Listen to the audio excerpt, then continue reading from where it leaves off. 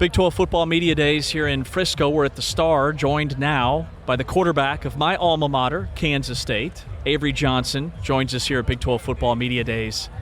I think the first thing, your coach, Chris Kleiman, said that collectively the team has added like over 600 pounds of muscle this offseason. Saw you walking around earlier. You look bigger. You look thicker than you did a season ago. So take us through your offseason and what you've been doing to add muscle and add weight. Yeah, really just trusting the nutrition plan that our nutritionist put together for me, and then working hard in the weight room. Credit to our strength staff for pushing us in there, and just continuing to try to eat as much food as I can and work out as hard as I can to turn it into muscle. But yeah, a bunch of guys put on a bunch of weight this off season. We kind of changed our training regimen a little bit so that we're not just putting on weight and then sweating it off. So there's a little sports science behind it too, so that we can get the most out of it. But overall, I think it was a really great off season for us as a group. And I think all the added weight and muscle will translate onto the field as far as size, speed, and strength. When you kind of dug deep and looked at the film and stuff from last year, what were some of the things that stood out in terms of trying to improve upon this year? I think a lot of times I just would get too antsy and try to force things. Trying this year to be a lot more mature and take checkdowns, take what the defense gives me. And then whenever you do get the big play opportunity, you can't miss on it. You can't miss the easy ones. You can't miss the layups because they don't come around very often. So not beating myself up if I miss a throw. I'm going to miss a throw this year. It's got to have that next play mentality, but being a lot more polished and put together than I was a year ago. So when you saw that on film, hey, I'm a little bit antsy. I'm a little bit too amped up. How does that translate this season? I mean, how do you fix that? Is it just a reps thing, or what goes into it? I think it's more of having a year under your belt thing, and only live game reps can truly teach you right from wrong in that type of situation. But really just understanding, you got to go back and watch plays and really just tell yourself before the game, like, make the plays that are there. Don't take the improviser out of my game, because I think that's what makes me who I am. Yeah. But at times, don't try to do too much, and you don't always have to score a touchdown on every play. You can be satisfied checking it down and, okay, it's 2nd and 6, let's call another play. So, new offensive coordinator again, but kind of like the last few years, there's been a new OC. It's a guy that's been on staff. Matt Wells is not new to you, but will this offense be new? How much different will this offense be than what the Conor Riley offense was? It's going to be new. We have some new verbiage, and we have some new plays that we added and some plays that we took out of the playbook. I think the play calling will be a little bit different just because you're going from two different people.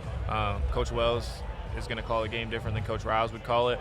But as far as completely brand new offense, I can't say that's what you're going to see this offseason or this season, because this offseason we're just trying to polish up on, okay, what did we do really good last year? What do you like? What do I like? What does Coach Wells like? And then trying to just put our players in the best position. It's your third OC in 3 years, right? Yes. That kind of matters, right? Yeah, it's a little different because there are guys that have been there. Guys that are already in the. But it's different, like you said. Yeah, it is different. Verbiage could be different. I don't know. That's not nothing. Yeah. I mean, you'd like to see consistency, and obviously this is a successful program, so you're not losing guys who are getting fired. They're moving on to bigger and better jobs, so it cuts both ways, but it's not nothing, I would say. Talking with K-State quarterback Avery Johnson here at Big 12 Football Media Days. Do you hope to run the ball more this year yourself? I know that you were dealing with some injury stuff towards the tail end of last season in K-State. I mean, your coach told us that we were pretty conservative with how we ran Avery. Is it completely wide open this year for you to take off at any time? Yeah, I think the biggest thing for me, and just talking to Coach Wells, is I just told him, I'm like, whatever, if we get an extra hat in the quarterback run game and you like something, then call it. Whatever it's going to take for us to win, and whatever it's going to take for us to have the most explosive offense that K-State's ever seen, like that's the type of team, that's the type of offense I want to be a part of. So if I have to run the ball more than I did a year ago, that's what I've been working on this offseason, putting this weight on so that I can sustain more hits and so that I can be a more effective runner. So just using me, I think I'm a really good runner, so using me to my strengths a little bit. And I know Coach Wells would never just say, okay, line up, this linebacker's yours. Like, you got to run head on with the linebacker. So he's going to scheme it up to where he's going to put me in places to where I can be effective as a runner. We heard, I think it was Kellis that told us, so I'll not, he'll get the responsibility for this, that you're running some option in spring? Yeah, we always worked on option though. Okay, so not new. it's not anything new. Well, Kellis mentioned it like it was new. I don't know that we've seen a bunch of option, and then obviously that's dirty if you're running the option, I'm going to be honest. They probably just saw we worked on pitch period and did some option with different guys. It's something that they videoed while we were doing an individual group. Here's the thing though, with your speed, I mean, they can, and Dylan Edwards, like, they can know it's coming, and I don't know if you can stop it. Yeah, it's definitely, Coach Wells is going to grease it up to where it's gonna look cool and it's going to be effective. So I'm excited. I mean, I've ran the option in practice, but I've never really ran the option. So I think I'm capable of taking on the challenge. Yeah. Avery, you and Dylan Edwards were really close in high school. I know he started his football career at a different school, but did you kind of see this coming at any point? You know, when you guys are hanging out in high school, did you think, man, it'd be awesome to have this guy as my backfield teammate at K-State someday? Yeah, and he was one of the main people that had recruited me to K-State. So, I mean, like, growing up all throughout high school, we always wanted to be teammates with each other. But we always just told each other we're going to go where's in our best interest. So when he committed to K-State, and then I was like, okay, this is really about to be for real, and I committed to K-State. And then he went to Colorado. I can't tell you that I saw this coming, where he was going to transfer back to K-State, but I can't say I'm mad about it, because being able to share backfield with that guy, with how explosive he is, he's going to definitely put the college football world on notice this coming season. Is Lincoln legit? Yeah. How are your receivers? We added some pretty good. We added some solid receivers in the portal, and they're some of the best, not just players that I've been around, but people. Like, we really enjoy spending time with each other outside the facility, and I think it translates really well onto the field.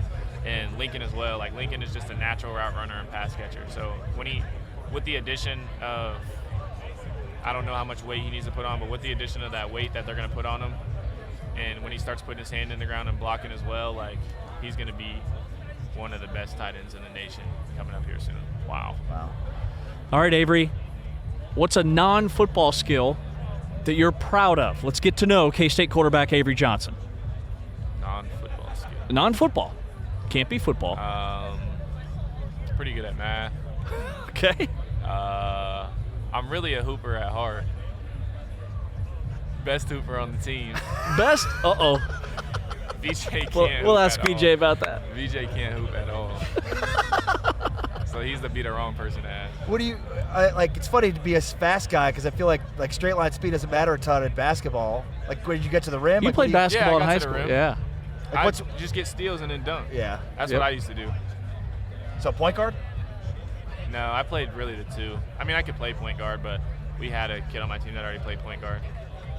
Yeah. Yeah, I just played on the wing, and then I got to the basket. I shot every once in a while, but I wasn't known for shooting. I was known for defense and dunking. Defense and dunking. Yep. Well, that and playing quarterback. Yeah. You're known for that too. A little bit of that. It's K-State quarterback Avery Johnson here at Big 12 Football Media Days. This is Big 12 Radio exclusively on TuneIn.